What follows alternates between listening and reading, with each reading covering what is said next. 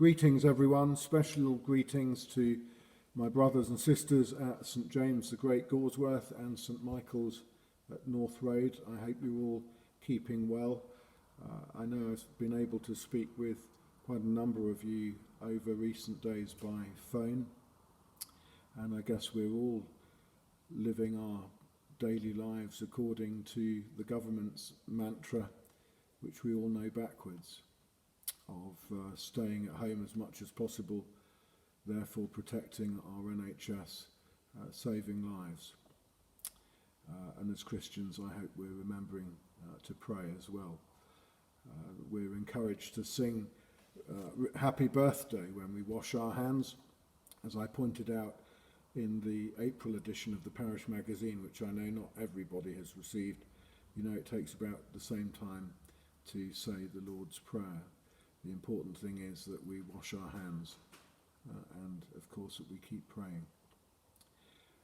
I'm making this little video, a new venture for me, from not from the rectory, as you can see, but from Goresworth Scout Hut. And I have to say, when I was a Boy Scout, which is nearly 100 years ago, or it feels nearly 100 years ago, Scout huts were never as luxurious as this one, but I'm working, this has become my new office, the Scout Hut at Goresworth, as unfortunately my home doesn't have a broadband connection at the moment, whereas up at the Scout Hut it is a brilliant super fast broadband, so there you are. I miss you all. I miss not being able to gather together and enjoy worship on Sundays and during the week, to enjoy fellowship. It was extremely sad that our wonderful Lent lunches were abruptly cut short, as was the Lent group, just when things were beginning to get interesting. But there we are, and it is deeply frustrating that as a parish priest, I can no longer conduct funeral services in the proper way. And you'll have followed this in the news and read it in the newspapers. Funeral services are now no longer able to be held in church, so we have been reduced to short services at the graveside with just a few close family members in attendance, and funeral services at the crematorium have also been scaled down. And so what I've suggested to families who have been bereaved in recent days and weeks is that what we are doing now, which is clearly unsatisfactory and wholly inadequate, what we're doing now, regard it as a sort of comma in the process of saying goodbye rather than as a full stop. What do I mean by that? I'm encouraging people to consider coming back to the church in the autumn, when hopefully life has settled down and perhaps it won't be normal, but it will be safe for loved ones and friends to gather in church for proper service of thanksgiving and celebration for our departed loved ones.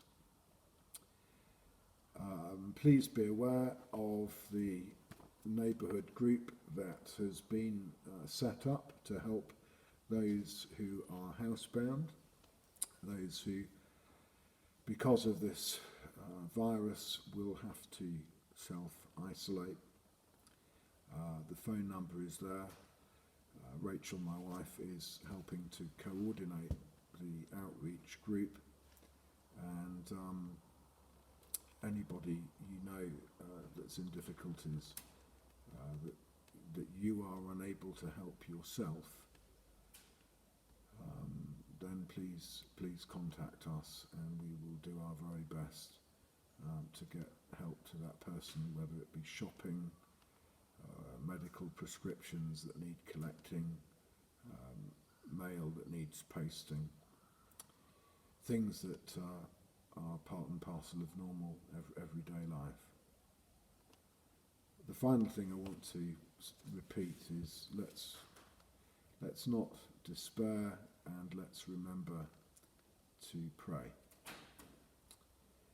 Remember the beginning of John's Gospel that we hear every Christmas and at other times too. And how does that begin? The light shines in the darkness, and the darkness has not overcome it. Over the last 2,000 years, plagues, pestilence, human beings have done their best to extinguish the light of Christ. And they failed, and they always will. So don't forget to pray. Many of you who follow our church group on Facebook and follow the wider Church of England, God bless the Church of England, will know that on Sundays now, during this crisis, we are all encouraged to light a candle and place it in our front windows at 7 o'clock on Sunday evenings. And I think there is something deeply powerful and unifying that we are all, though we are dispersed, that we're all taking this action together at the same time on Sunday. I can't live stream services at the moment. I don't have the expertise to do it, but so what I will try and do is post a little video like this from time to time. But as I said, I really, really do miss you all, and I hope you all keep safe. The landline at the rectory still works, so if you want to ring me up and bend my ear about something, then you know where to get me. And I just want to finish with a little prayer. And I hope you'll say a little prayer before it's lights out tonight. And in our prayers, I watch the news at lunchtime, and it is grim. It is grim, and it is scary. It's an anxious time, and I'm anxious too. But we should remember in our prayers those we know who are suffering, but also the unsung heroes, the people who are giving their lives working for the National Health Service, and all those support workers in our hospitals, making meals, cleaning the hospitals, all those people who are making sure there is food on the shelves of our supermarkets, who are doing deliveries, the lorry drivers, the fishermen, the farmers, the packers, the processors, the police, the members of the armed forces, that army of people who are too often overlooked and underappreciated, who are the VIPs in our society. Take them out, and our life really does grind to a halt. So, God bless you and stay safe. And I genuinely am missing you. Just as we were beginning to settle into Cheshire, and just as we were beginning to get to know you all, and it's sort of gone on hold a bit, but the light shines in the darkness, and we will get through this. And I will just finish with a short prayer.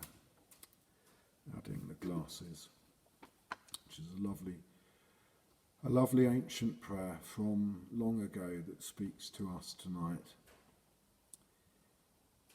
Keep watch, dear Lord, with those who work or watch or weep this night, and give your angels charge over those who sleep. Tend the sick, Lord Christ. Give rest to the weary. Bless the dying.